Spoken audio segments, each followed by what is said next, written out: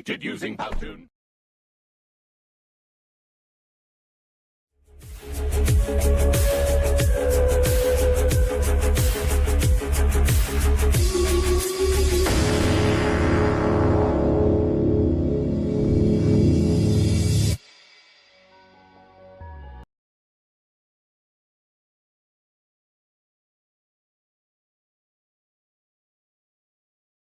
Bismillahirrahmanirrahim. Alhamdulillahirabbil wassalatu wassalamu ala asyrafil anbiya'i wal mursalin wa ala alihi wasahbihi ajma'in.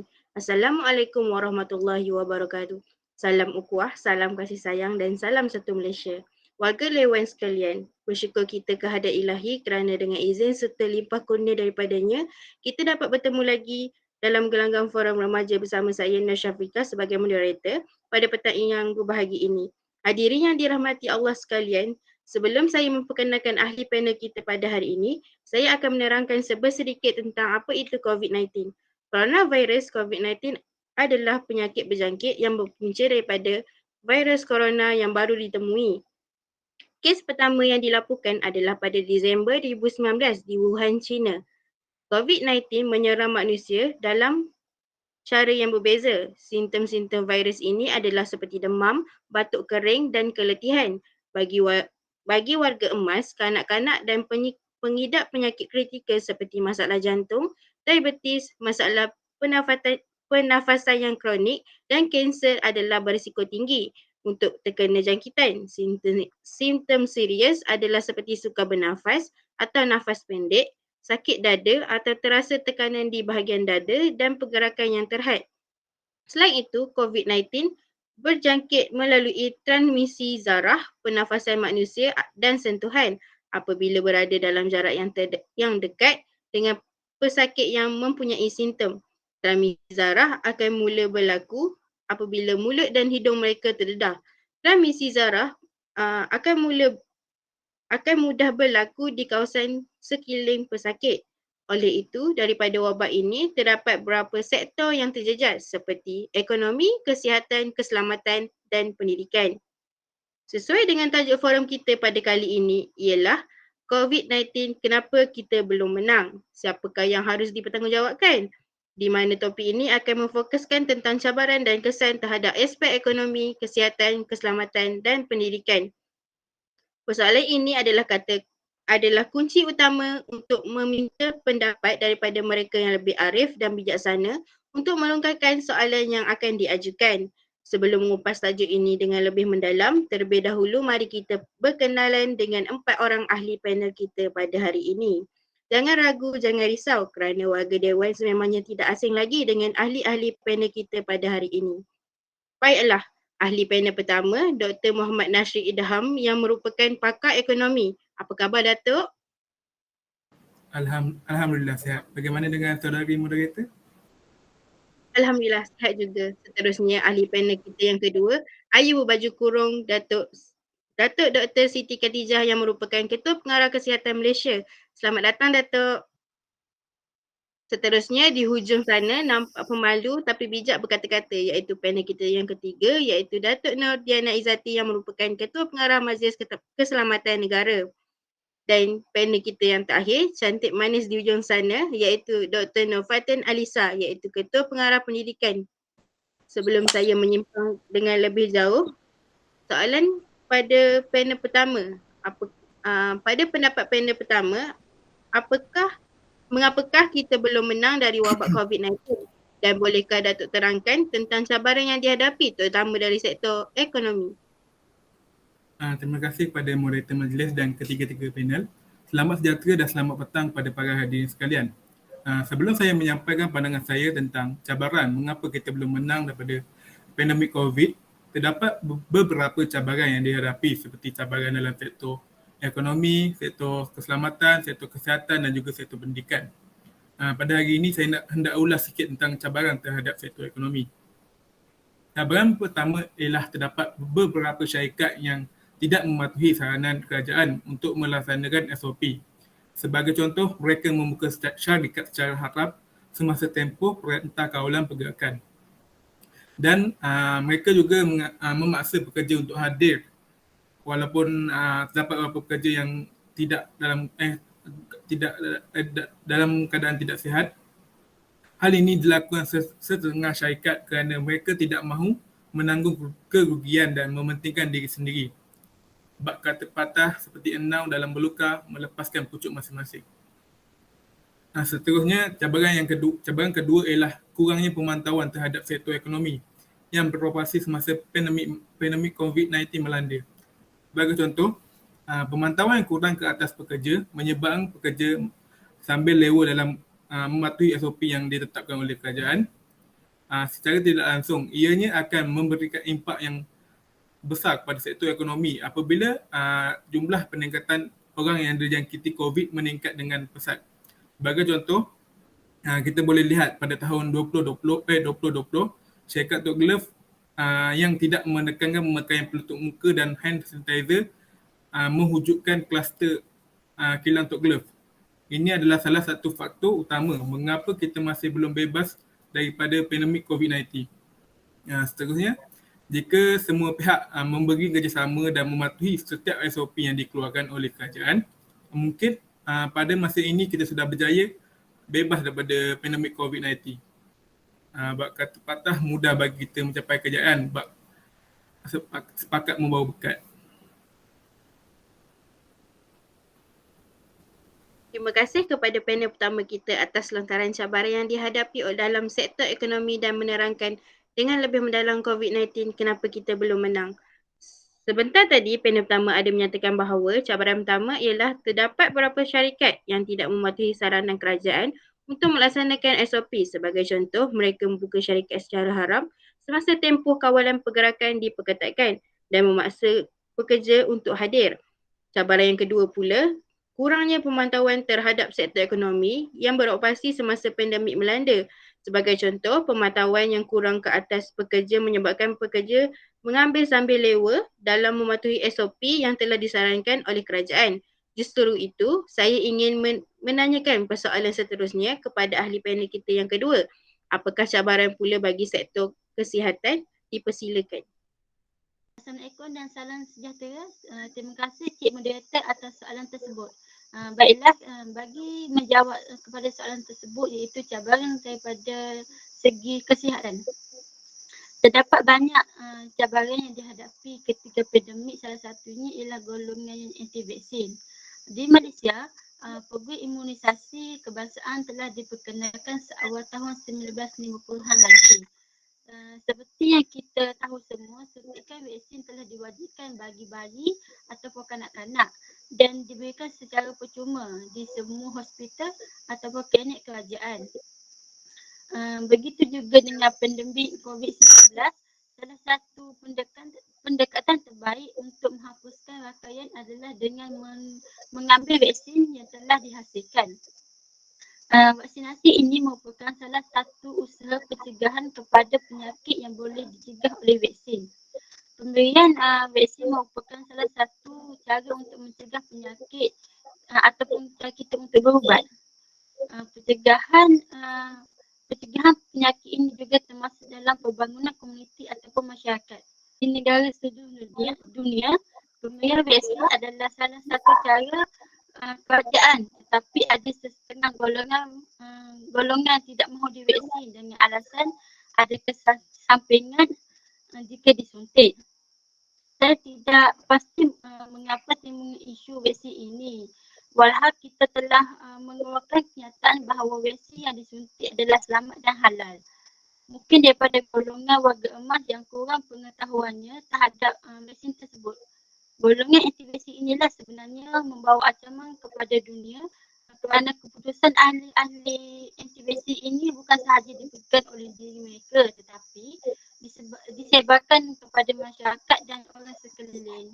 Oleh itu, ianya akan memberi cabaran kepada pihak kerajaan itu sendiri untuk menangani kes ini. Terima kasih. Terima kasih kepada panel kedua kita. Berdasarkan penerangan tadi, kita dapat lihat di sini bahawa cabaran bagi sektor kesihatan adalah terdapat golongan yang anti vaksin di negara ini. Hal ini akan berpanjangan oleh kerana sikap golongan masyarakat yang tidak prihatin dan tidak mengambil endah tentang bahayanya COVID-19. Seterusnya, kita persilakan panel kita yang ketiga untuk menerangkan tentang cabaran yang dihadapi untuk sektor keselamatan pula. Dipersilakan. Terutama sekali saya ingin berterima kasih kepada moderator di mana soalan yang ditujukan agak menarik untuk dibahaskan. Baiklah, berdasarkan soalan moderator adalah cabaran mengapa kita belum melawan virus COVID-19 dari aspek keselamatan.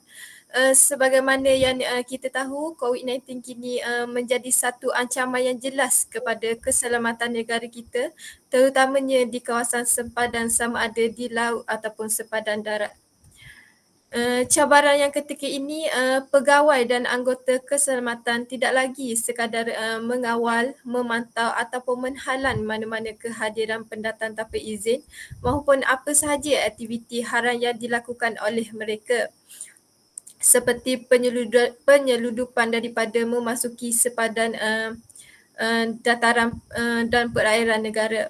Akan tetapi mereka kini perlu mengeblend lebih banyak tenaga maupun bersekan mata siang dan malam dalam usaha mengekan penyebaran wabak COVID-19, terutamanya daripada peningkatan kemasukan pendatang warga asing. Hakikatnya tugas mengawal dan menjaga keseluruhan sempadan negara bukanlah orang kata sesuatu yang mudah dengan kira-kira 3,000 kilometer sempadan daratan dan sempadan perairan pula lebih 4,600 kilometer yang di mana Malaysia negara kita ini berkongsi bersama dengan negara jiran seperti Thailand, Singapura, Brunei, Indonesia, Filipina dan juga Vietnam. Tidak dinafikan bahawa pendatang haram dari negara jiran merupakan risiko terbesar dalam memerangi pandemik COVID-19. Apatah lagi mereka semakin licik mencari peluang untuk menerobos masuk ke negara kita dengan menggunakan pelbagai taktik serta jalan tikus, di mana negara kita memiliki banyak jalan tikus yang sering digunakan oleh pendatang asing bagi mengelak daripada ditahan pasukan keselamatan. Malah situasi ini telah menimbulkan kebimbangan kepada beberapa kluster kalangan mereka telah tercetus sebelum ini semasa di tahanan di pusat tahanan sementara di negara kita. Berdasarkan rekod hanya 48 individu sahaja disahkan positif. Kemasukan warga asing ini mewujudkan kluster yang baru di negara kita, di mana ianya salah satu cabaran untuk membasmi COVID-19 daripada terus meningkat di negara kita. Kerana itulah usaha pemantauan berganda haruslah dilakukan oleh anggota keselamatan bagi mengekan kemasukan warga asing secara haram ini. Sekian sahaja daripada saya serahkan kembali kepada moderator majlis. Terima kasih kepada panel kita yang ketiga. Sungguh lantang bersuara ya.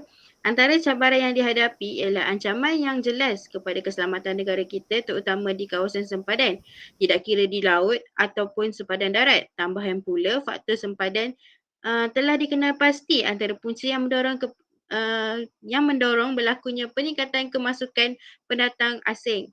Sekaligus menimbulkan kebimbangan sekiranya kegiatan haram ini terus berlaku, ia akan menjadi satu daripada punca berterusannya penularan pandemik COVID-19 di negara kita. Selain itu, cabaran yang kedua ialah berapa kluster di kalangan mereka telah tercetus sebelum ini semasa ditahan di pusat tahanan dan yang terakhir mempersilakan panel kita yang keempat untuk menerangkan cabaran yang dihadapi oleh sektor pendidikan. Mari kita sama-sama dengarkan dan dipersilakan panel kita yang keempat. Dipersilakan. Terlebih dahulu saya ingin mengucapkan terima kasih kepada moderator dan ahli-ahli panel Terdapat beberapa cabaran yang ingin saya kupaskan dalam forum ini yang mana sekarang ini telah dihadapi oleh pelajar dan pendidik. Akibat saya ingin terlebih dahulu saya ingin mengucapkan ribuan terima kasih kepada moderator dan ahli-ahli panel. Terdapat beberapa cabaran yang ingin saya kupaskan dalam forum ini yang mana sekarang ini telah dihadapi oleh pelajar dan para pendidik dalam sektor pendidikan akibat COVID-19. Cabaran pertama adalah masalah data dan pencapaian internet yang tidak baik. Pelaksanaan pembelajaran atas talian merupakan satu cabaran kepada pelajar. Hal ini kerana dapat masalah data dan capaian internet yang tidak stabil. Selain itu, pencapaian internet yang tidak biasa digunakan di rumah kebanyakannya mempunyai kapasiti dan kuota yang telah dihadkan. Seperti yang kita ketahui, internet merupakan satu keperluan utama kepada pelajar untuk mengikuti pembelajaran secara alam maya. Jika internet mereka mempunyai kuota yang telah dihadkan, akan mendatangkan masalah kepada pelajar untuk menghadapi pembelajaran secara atas talian dengan baik. Mereka mempunyai masalah rangkaian ini boleh dikatakan dipengaruhi oleh faktor seperti cuaca buruk, tinggal di kawasan pedalaman dan juga tidak berkemampuan untuk membeli dan melanggan pelan internet. Oleh itu, kekurangan kemudahan internet merupakan satu cabaran utama dalam pembelajaran norma baharu untuk menghadapi pembelajaran atas talian. Seterusnya, saya ingin kupaskan cabaran kedua pula adalah disebabkan oleh persekitaran pelajar yang kurang kondusif. Persekitaran pelajar yang kurang kondusif menjadi salah satu cabaran kepada pelajar untuk memberikan tumpuan semasa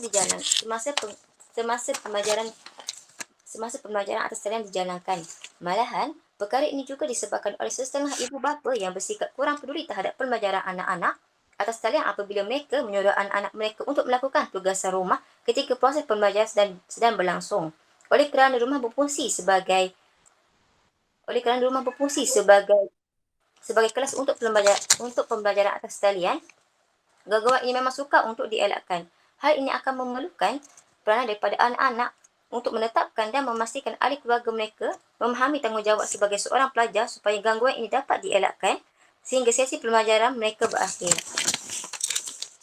Dan cabaran yang ketiga merupakan cabaran yang terakhir untuk saya kupaskan dalam forum ini ialah tenaga pengajar yang kurang memahami. Hal ini dapat dilihat apabila segelintir pesyarah memberi tugasan yang terlalu banyak untuk menggantikan ketidakupayaan kelas secara bersemuka. Namun begitu, pelajar sudah dibebani dengan pelbagai tugasan seperti kuis, ujian dan juga penilaian daripada subjek yang berbeza. Hal ini akan memberi beban kepada mereka, menyebabkan beban kerja mereka bertambah untuk menjalani pembelajaran jarak jauh yang lebih berat berbanding kelas biasa. Selain itu juga, boleh dilihat apabila pesyarah bertegas supaya pelajar membuat dan menghantar tugas yang diberikan dalam masa yang singkat. Dan sikap pesyarah yang gemar mengambil masa rehat dan cuti hujung minggu pelajar untuk mengadakan kelas ganti telah memberi tekanan kepada pelajar. Hal ini akan mengakibatkan pelajar menjadi tertekan akibat daripada bebanan kerja yang tidak terkawal. Impaknya semangat pelajar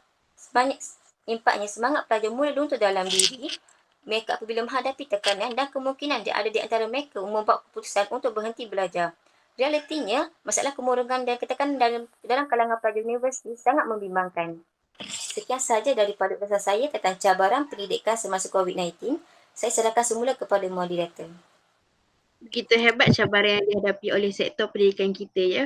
Daripada ulasan sebentar tadi, terdapat 3 cabaran yang dihadapi, antaranya masalah data dan capaian internet yang tidak baik.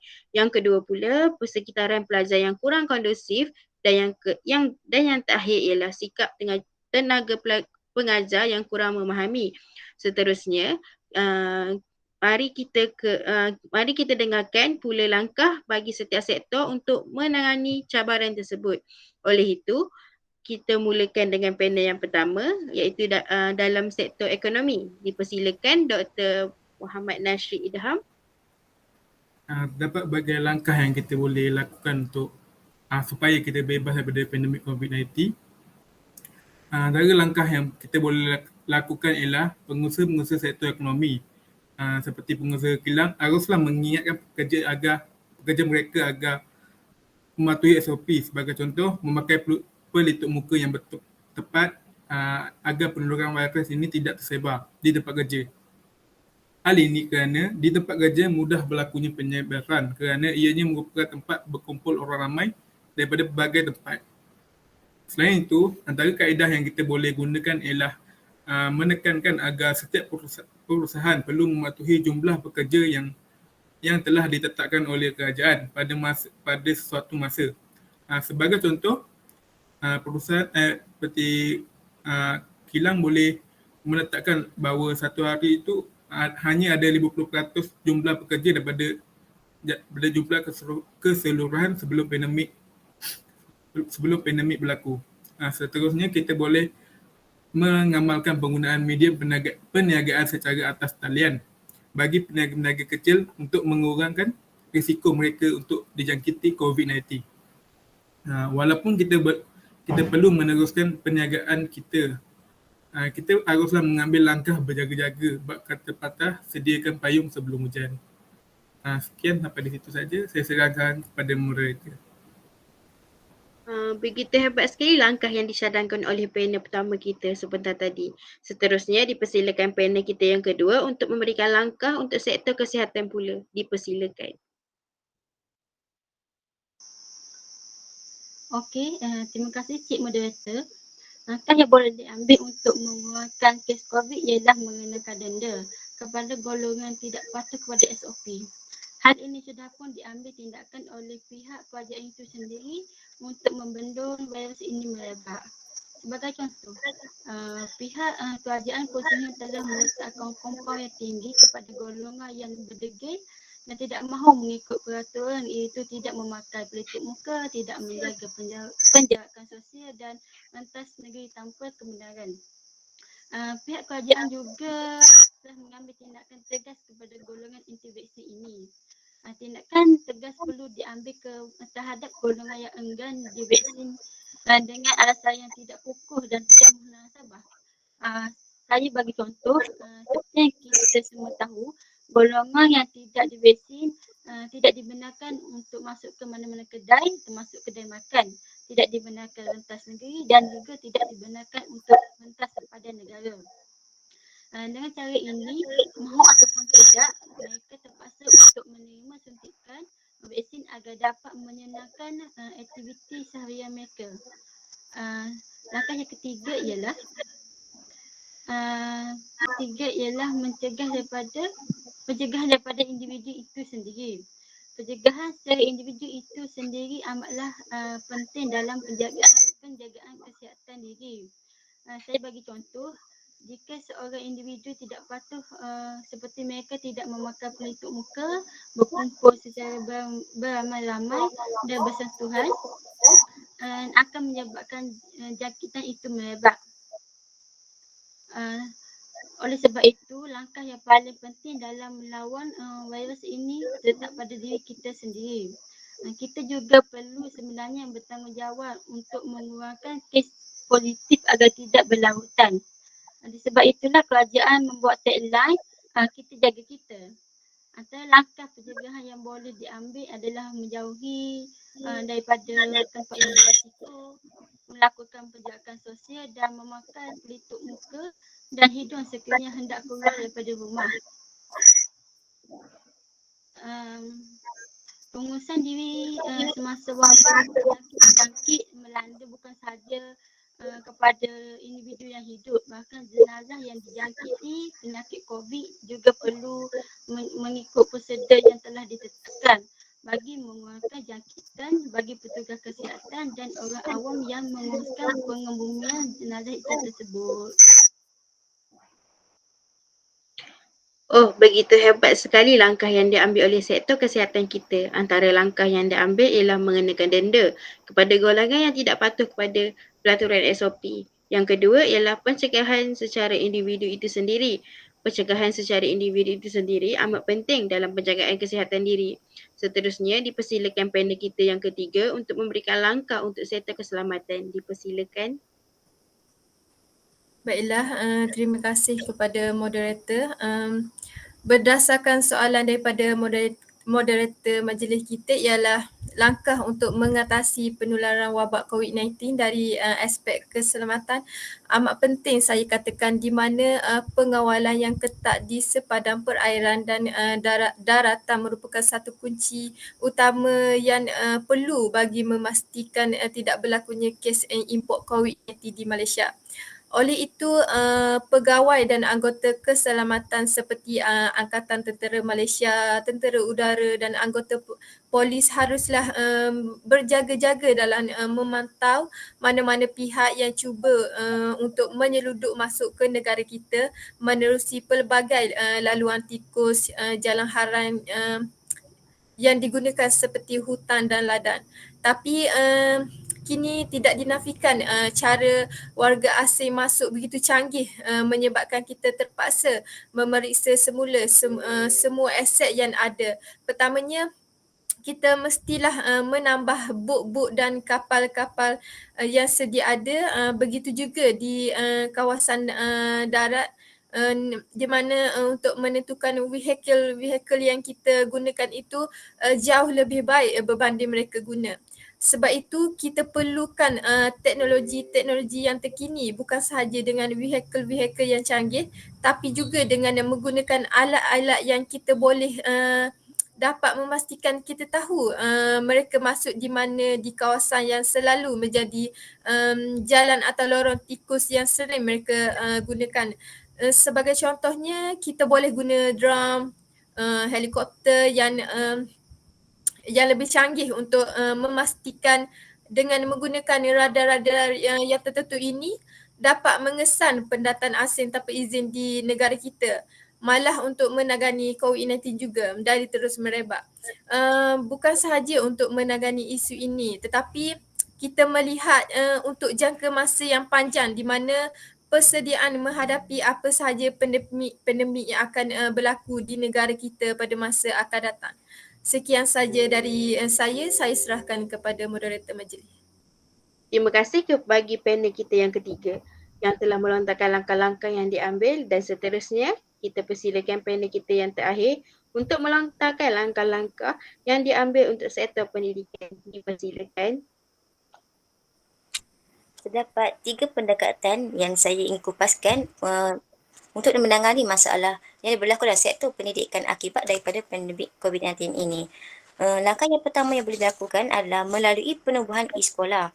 Penubuhan e-sekolah ditubuhkan untuk membantu para pelajar yang mempunyai masalah mengikut pembelajaran secara sempurna. Sebagai yang diusahakan oleh Dr. Anwar, telah menyarankan pelaksanaan PDPR diubah daripada berbentuk sistem persekolahan kepada sistem pembelajaran, iaitu tidak ada lagi konsep karya kelas secara seragam, sebaliknya menekankan kepada aspek engagement atau pelibatan mengikut keperluan dan kemampuan pelajar. Selain itu, kaedah PDPR perlu diuruskan secara lebih profesional dan teratur, iaitu semua maklumat aktiviti dan rekod pelaporan PDPR perlu dipusatkan ke dalam satu sistem yang mudah diakses oleh semua pihak berkepentingan. Tambahan lagi, para pendidik boleh melakukan inisiatif seperti rakaman semasa sesi pembelajaran yang dijalankan dalam talian atau membuat rakaman video secara offline bagi membantu pelajar yang mempunyai masalah dalam rangkaian internet agar murid-murid dan para pelajar tidak tercicir dan ketinggalan dalam pembelajaran. Dengan cara ini, para pendidik perlu memasukkan pautan video tersebut ke dalam pengajaran mereka yang boleh diakses untuk dilihat oleh mereka. Seterusnya, langkah yang kedua, melalui peranan Kementerian Pendidikan Malaysia dalam pencapaian internet. Kementerian Pendidikan Malaysia sentiasa berusaha untuk meningkatkan akses internet dan pemilikan peranti oleh murid di seluruh negara, termasuk di negara Sabah dan juga Sarawak. Sebagai contohnya, KPM telah menyediakan capaian jalur lebar internet dengan kelajuan 30 Mbps hingga 100 Mbps kepada 10,606 buah sekolah. Selain itu juga, apa yang boleh kita lihat, KPM ini juga melakukan capaian internet melalui teknologi VSAT, iaitu Very Small Aperture Terminal berkelajuan 30 Mbps bagi 141 sekolah, yang mana tiada infrastruktur jalur lebar di kawasan sekolah berkenaan. Dengan adanya inisiatif ini, KPM ini sedikit sebanyak telah membantu para pelajar mengalami yang mengalami gangguan internet supaya boleh diakses dengan baik dalam sistem pembelajaran. Dan langkah yang ketiga yang ingin saya sentuh adalah dengan mewujudkan saluran khusus bagi menangani permasalahan dalam pembelajaran semasa COVID-19 ini dengan mewujudkan saluran khusus.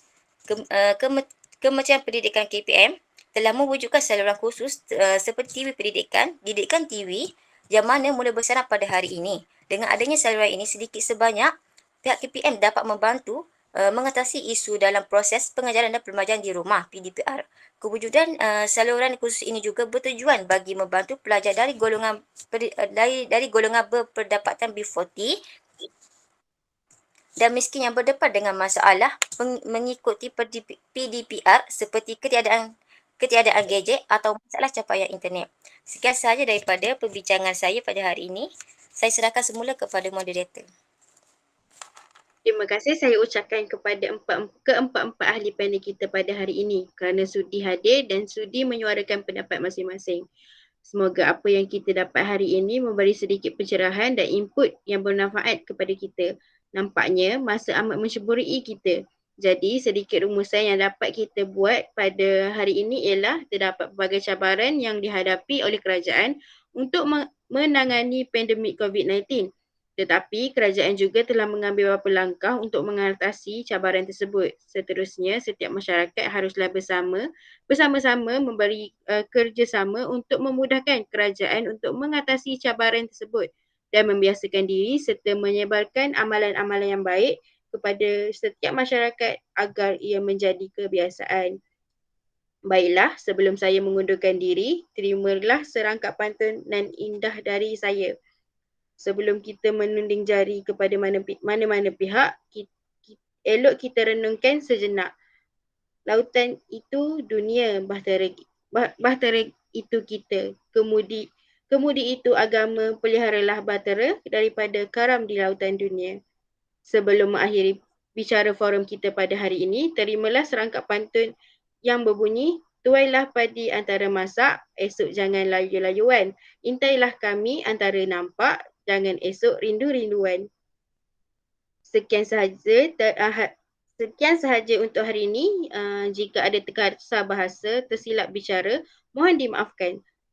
Sesungguhnya yang baik itu datang daripada Yang Maha Pencipta dan yang kurang elok itu datangnya daripada kekilafan diri kami sendiri. Wallahu alam. Saya akhiri forum kita pada petang ini dengan lafaz yang mulia.